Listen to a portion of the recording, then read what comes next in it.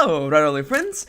I wanted to close 2014 with something a little special. I already did the AMA. If you haven't seen it, go check in my channel. It should be there. I did an AMA, 2 hours of answering your silly questions. So you should go back and check that out. I think it was a really fun video to make, and I don't know, the feedback to that has been amazing. So I wanted to do one more little thing. I wanted to take a moment to sit down and talk about the things that I enjoyed the most this year. Now, I'm going to make the disclaimer right now. I am a slowpoke. Yes, I am a water psychic Pokemon, but I am also a super slowpoke, and sometimes I don't discover things until way later. That's why a lot of the items in this list did not actually come out during 2014, but I did enjoy them in 2014, so that is why they are in this list. Again, these are not gonna be the top 10 things of 2014, it's just the things that I enjoyed the most this year. For entirely biased reasons, but I will try to explain them to the best of my ability. Of course, you also seem to tolerate my face, so I am also gonna have a year in Selfies with a little bit of an extra message at the end of this video. As a little added bonus before we get started, I am going to be looking through these faves from the point of view of a writer, just to kind of give you an extra idea or feeling as to what you can learn from these different sources of media if you choose to consume them. With that being said, let's dive right in no particular order. What was my favorite read this year? I finally sat down, I forced myself, I sat my butt down, and I read the entirety of the Chronicles of Amber by Roger Zelazny. Yes, this is not recent. These books came out in the 70s, and I once tried to finish the entire series, but I stopped at book 7 because of personal reasons. That and the book kind of made me angry at one point, and I said, you know what? Nope, I'm done. I'm quitting. I rage quit, I uninstalled it, and I just basically left it aside. But this year I said, you know what? I love the world of Amber, and I wanna write stories in this setting. I wanna explore this setting again, so you know what? I'm gonna go all the way. And I did. I picked up from book 1, and I read all 10 books of the Chronicles of Amber. That's 2 arcs, 5 books each, and it was ridiculous. Ridiculous, mind you, in a good way, because, and I have to be entirely honest right now, if you decide to pick up the Chronicles of Amber, book 1 and book 2, that is 9 Princess of Amber and Guns of Avalon, I believe, are the best books in the entire series, by far. Book 1 has such a great scope, like so many things happen during that story, and it's got absolutely no filler. It's such a great story, and so is book 2. The one problem is, though, that from there on the story starts going slightly downhill.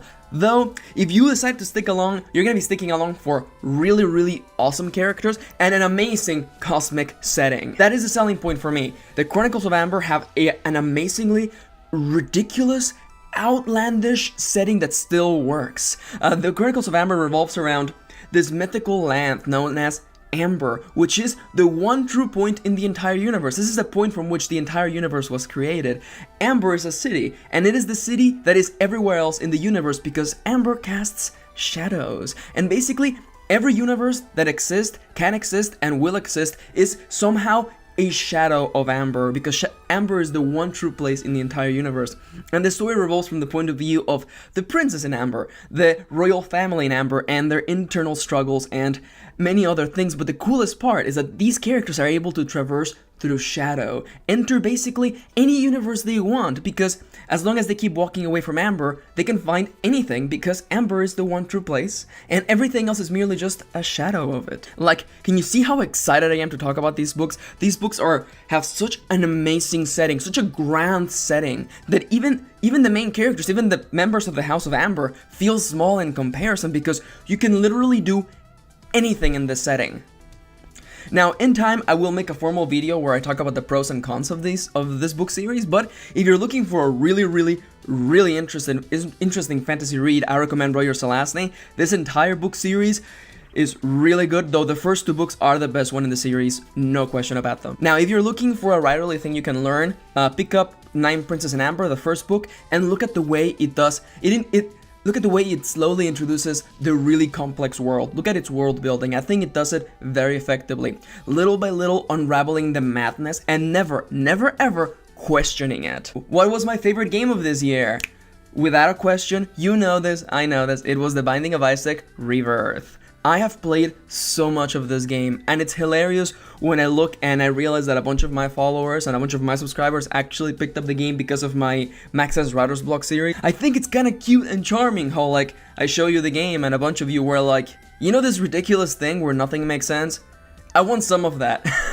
And the Binding of Isaac to me, especially Rebirth, which is the remake of the original Binding of Isaac, is the game that you can play forever. And some people have played forever. My favorite YouTuber, Northern Lion, had over 1,000 episodes of the original Binding of Isaac. And as of this day, I think he's got like 180 episodes of Rebirth. And that game you can just endlessly play. And the best part of that game is that it gets harder the more you play. It's just such a modular game. And of course, if you haven't seen my Max as Writer's Block series, you should go and watch it. I played the game, I did like 13 episodes of that, and I'll bring Rebirth back later in the year once I'm done with The Walking Dead, or if I have extra time. But yeah, go back and watch those. They were really silly. I did like 13 runs. Some of them are ridiculous, some of them are really, really weird, and that's the fun of it, because anything can happen in The Binding of Isaac. As for the writerly lesson, you know what nobody actually ever does?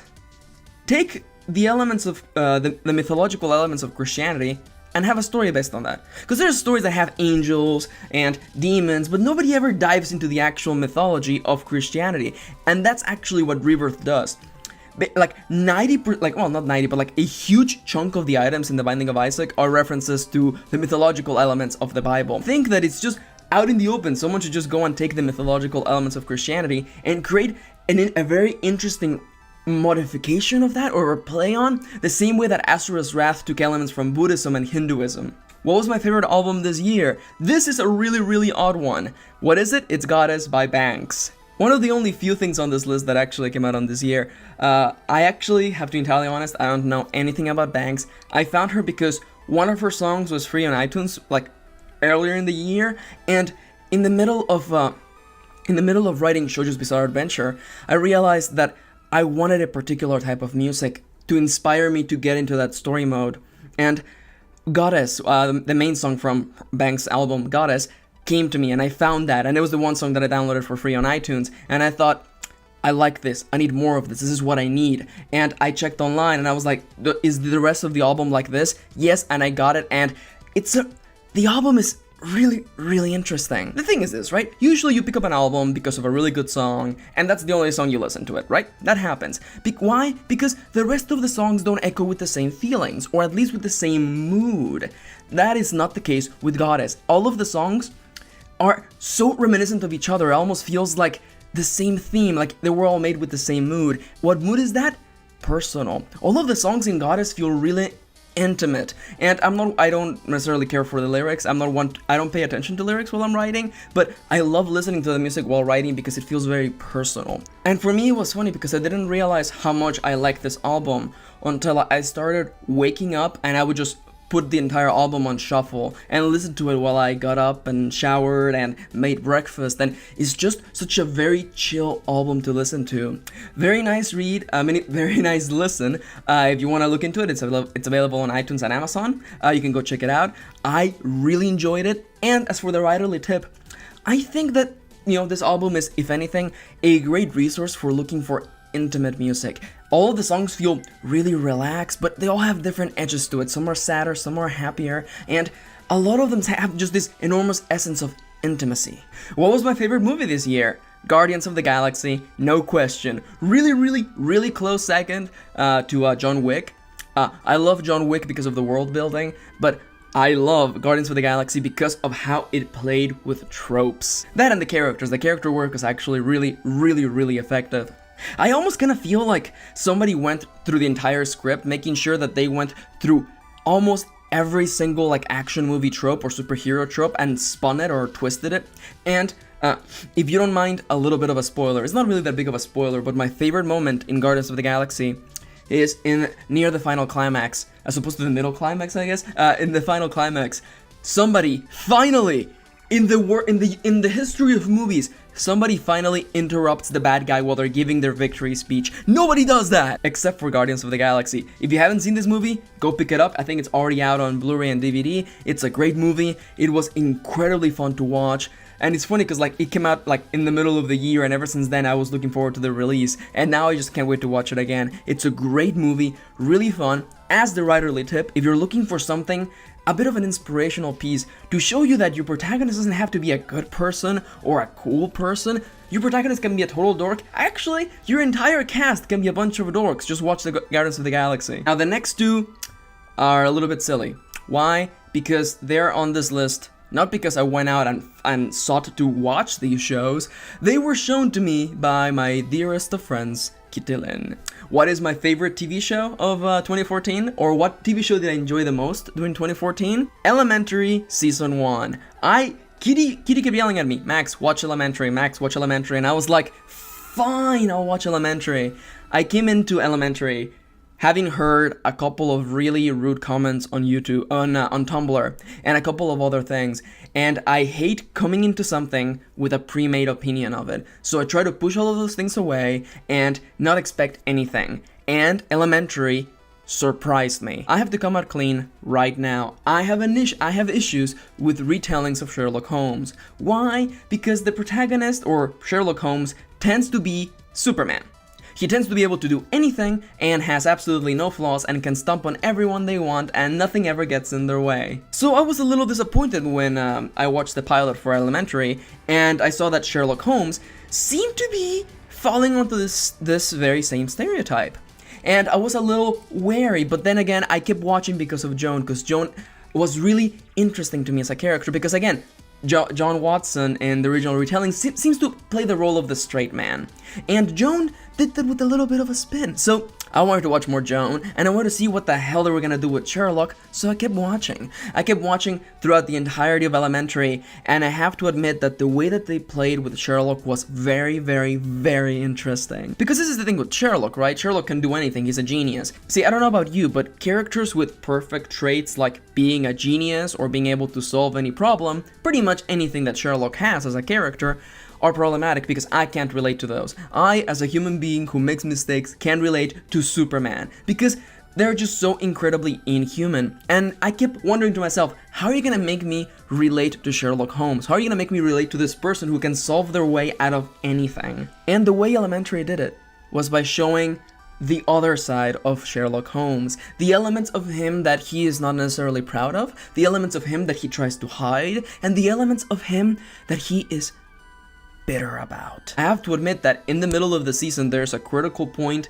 in Sherlock Holmes' life where he does something that I don't agree with and I don't like, but I understand it. And as someone trying to gaze into the mind of this character, I was pleased because I love it when characters gain the complexity of doing something that is incredibly selfish. And it was then, as I began looking at the character of Sherlock Holmes in Elementary as a very selfish person, I began to realize why they were doing certain things, and I began to pay attention. I was able to fully realize some of the things they were doing, and I couldn't help but feel like the writing was really on point. And even then, by the last two episodes of the season, which were amazing, by then I was really sold on this world and these characters. I think the character building in Elementary is really, really effective because of a point that I've made in the past, but I will make again. Complexity in characters comes from two elements. One, characters being unhappy because nobody gets what they want, and two, the most important one and the one that Elementary gets, everyone's got a past, and the past keeps hunting us. It is true for Joan, it is true for Belle, it is true for Sherlock, it is true for most of the characters within Elementary, and that makes them so complex. Again, in time I may be able to do like a full episode on the storytelling techniques of Elementary, but for the time being, you want to see really nice character development, complex characters, watch Elementary. Now, I'm leaving this section for last because I'm a giant weeboo, and this is the one that I enjoyed the most recently. So, Max, what is your favorite anime of 2014? Now, I watched a lot of anime this year. Primarily, I watched a lot of JoJo's Bizarre Adventure as research for JoJo's Bizarre Adventure, a book that I wrote during November. Recently, though, my friend Kitty forced me to sit down and watch a particular anime by the name of Durarara. And ironically, this case, I knew nothing about it. All I knew is that there was a Dullahan, which is of course a mythological creature in the form of a girl in a motorcycle, and a huge cast of characters, and that was all I knew. And I came in and I thought, right off from the opening of the anime, how are you going to weave the stories of these 10 plus characters? And I think I've already talked about it, but I am going to be making a formal video on Durarara probably in the start of next year, because I think that Durarara nails one thing above all, and that is multiple points of view. No, really, there's dozens of characters in this story, and Durarara's storytelling is so effective that it manages to weave their narrative together while giving you insight into their past and still move the story forward. It is a very, very concise anime. It could have had so much filler, it could have been like 40 episodes long, and it's still very concise, very packed in, very focused. And just like Elementary, this show nails complexity because every character has a history, every character's got a past, and that past is going to come back to haunt every single one of them. I will leave it at that because I am going to be making a formal video on it, but for now, I believe Durarara is available on like Netflix and Hulu and all of those, so if you want to go watch it, go watch it. It is absolutely worth it for character complexity and how to do multiple points of view. I think Durarara nails all of those. And that's about it. I had a really, really awesome 2014, and I want to take a moment to thank all of you. Each and every single one of the people who go to my blog and follow me on Twitter and are subscribed to me on YouTube, because it is thanks to each and every single one of you that I am able to do what I love to do, and that is telling stories and sharing writing advice with all of you. Thank you so much for spending a little bit of your day with me every single day or every time you have a chance. Thank you for watching my videos. Thank you for liking my posts, liking my tweets, retweeting my tweets. Thank you so much. It actually means the world to me. You have no idea. I went on and on about this on the AMA, but one last time, thank you for a great year, and I can't wait to see what else we will experience in 2015. I think it's going to be a great year, an exciting year, and an interesting one, so let us see what lies ahead. But before that though, there's one last thing I want to share with you. You all seem to tolerate my face, so I thought, you know what, let's actually have the year in selfies, because it's kind of a really important thing to do at the end of the year, and I think it's really funny, so I thought might as well do it. I will have it at the end of this video, but before that, there's one question that I want to tackle that I get every once in a while, and I will just make it very clear right now. Max, why do you like selfies? And I'll tell you why. I know that a lot of people think that selfies are vain, but I could not disagree anymore. I think that in the day and age that we live, everywhere you go, everywhere you look, there's some sort of piece of media yelling at you, reminding you of how inadequate you are. Not only that, but turning around and offering you the solution for this problem, the solution for this inadequacy, for the small price of $9.99 or whatever it is. There's just so many things out in culture telling people that you're ugly, you're not smart enough, you're not interesting enough, but if you want to fix those problems we just created for you, take this. And I think that the antidote for that is not buying those products or ignoring those products. The antidote for that is selfies and developing confidence in oneself by examining oneself, by taking pictures of oneself, by creating something that has you in it and you admit, yes, this is good and I like it and I will share it with everyone I know. I think selfies are a really powerful part of our culture, and I empower people to take pictures of themselves and to share something with the world that they are confident with. Is that a little over dramatic? Is that a little too much?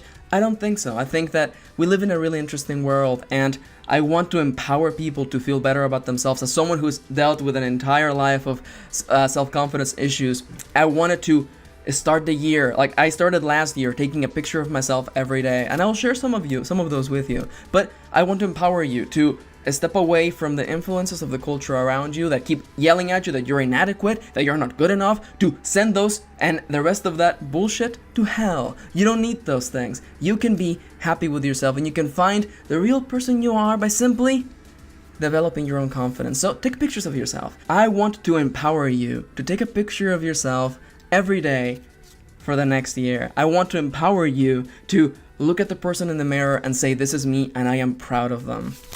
So with that final PSA out of the way, I want to thank you so much for watching. If you enjoyed this video, give it a like and subscribe if you want more.